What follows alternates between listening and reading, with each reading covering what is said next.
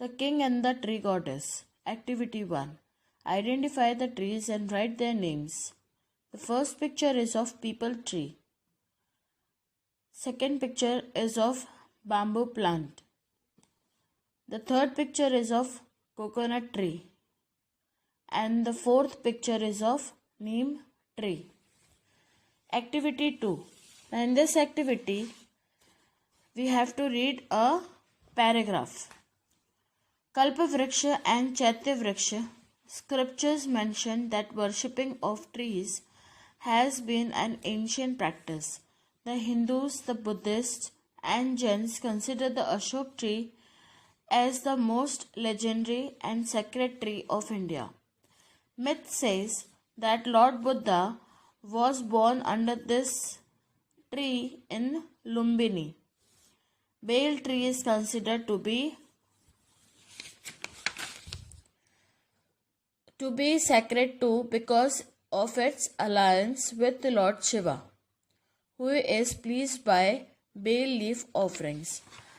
ये पैराग्राफ में समझाया गया है कि कल्पवृक्ष और चैत्र वृक्ष के बारे में हमारे जो एंशंट स्क्रिप्चर्स है उसमें मेंशन किया गया है कि पेड़ों की पूजा करना ये हमारा हिंदूज का इंडिया में हिंदूज का ये बहुत ही पुराना प्रैक्टिस है.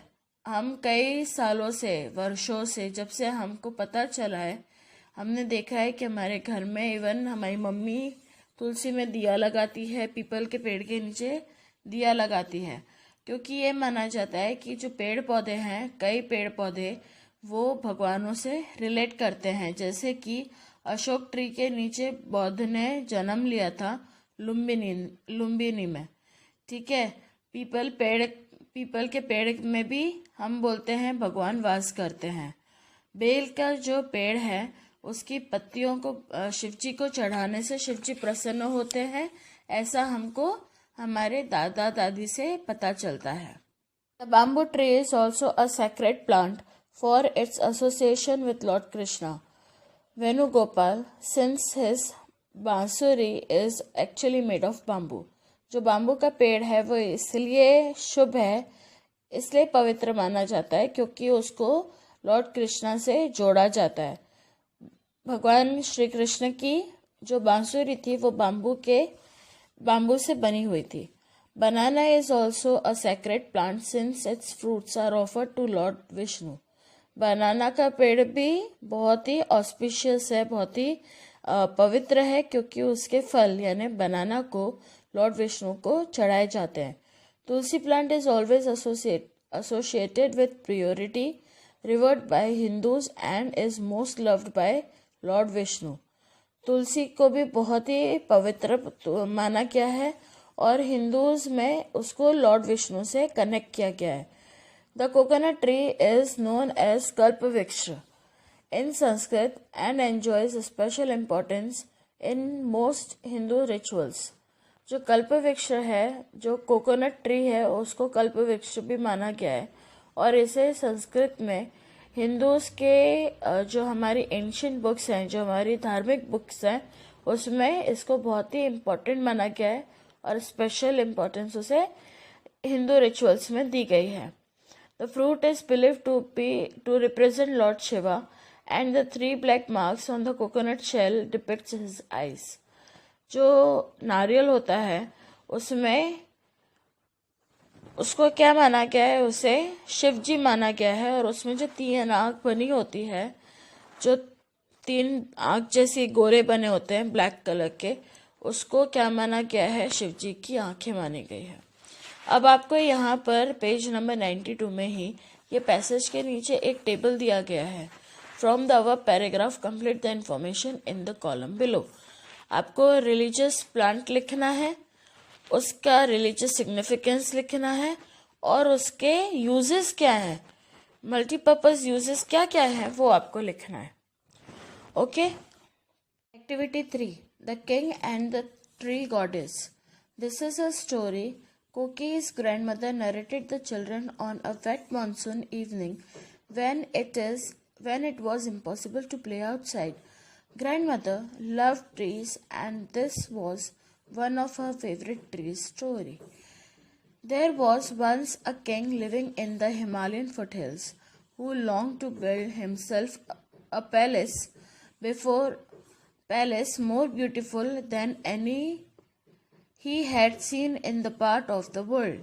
He could not make it richer, taller, or stronger than any other without going to a great deal of expense and trouble. So he decided to build something different. The entire palace was to be supported by one column only, and that column was to be made from the tallest tree in the kingdom. In Himalayas, there were many tall trees, spruce and pine, oak and deodar, and the tallest and the strongest were the deodars, whose very name, Deodar, means tree of God. The king sent a message for his prime minister and said, "Send my men to the forest far and near, and tell them to bring without delay the largest deodar they can find." "But the deodar is a sacred tree," protested his daughter. "It is used only for building temples." "All the more reason for me to have fun," said the king. "My palace shall be as magnificent as any temple." The prime minister sent out 30 men, but they soon returned, saying that though there were many great deodars in the kingdom, they could never carry them over. When the king heard this, he called his son and said, "Take your horsemen, and with the help of your horses, bring me one of these trees." The prince rode out with his horsemen, but returned after a few days, saying, "No horses could move such a tree even an inch. We have tried oxen too, but without any success." "Well then, try elephants," said the king. Elephants were brought from the plains, but the hills were too steep for them and the paths too narrow. They had to return to the valley. "Very well," said the king angrily. "In one of my own parks you must find me a tree just as big as any in the forest. Bring it to me within 7 days." अभी तक कहानी में क्या हुआ कि जो दादी है वो बच्चों को कहानी सुना रही है इन अ वेट मॉनसून इवनिंग, ठीक है, और वो देवदार की कहानी सुनाती है। एक राजा रहता था हिमालयाज में, ठीक है। वो एक सुंदर सा पैलेस बनाना चाहता था, लेकिन उसके पैलेस की नींव वो ऐसा भव्य महल बनाना चाहता था जो कि कभी किसी ने ना बनाया हो। पर उसके महल की जो बीम है, जो पिलर है, वो होना चाहिए था एक ही कॉलम मतलब एक पिलर। तो वो कैसा होता जिसके ऊपर पूरा महल खड़ा होता है, वो वाला कॉलम बनता बहुत ही स्ट्रांग होना चाहिए। और ऐसा तो सिर्फ देवदार ट्रीज में ही होता है। वो बड़े भी होते हैं, लंबे भी होते हैं और बहुत स्ट्रांग भी होते हैं। तो राजा अपने मंत्री को बुलाता है और बोलता है, जाओ मेरे लिए एक देवदार ट्री लेकर आओ, अपने आदमी ले जाओ। तो उसका जो प्राइम मिनिस्टर होता है वो जाता है मंत्री, और जाके आता है, वो जल्दी वापस आ जाते हैं सब लोग और बोलते हैं कि हमसे वो पेड़ नहीं उठ पा रहा है, हम नहीं ला पा रहे। उसकी डॉटर भी उसे समझाती है राजा की कि पिताजी ये जो पेड़ है ये बहुत ही पवित्र है और इसको ये सिर्फ टेम्पल्स बनाने के काम आता है। तो फादर कहता है, हाँ ठीक है ना, तो ये ही एक रीज़न समझ लो, मेरा महल भी एक भव्य मंदिर जैसा ही लगेगा। फिर वो राजा अपने बेटे को बुलाता है और कहता है कि जाओ अपने घुड़सवारों को ले जाओ और मेरे लिए पेड़ लेकर आओ।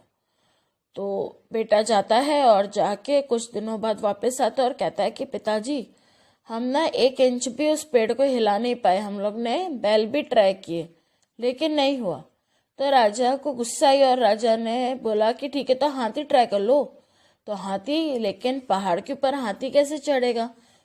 वो तो बहुत बड़ा होता है और माउंटेन की जो रोड्स होती है वो बहुत ही सकरी होती है। तो हाथी को वापस वैली भेज दिया गया। तो राजा गुस्से में कहता है, ठीक है, मेरे ही राज्य में एक आध देवदार ट्री होगा, जाओ उसी को लेकर आ जाओ।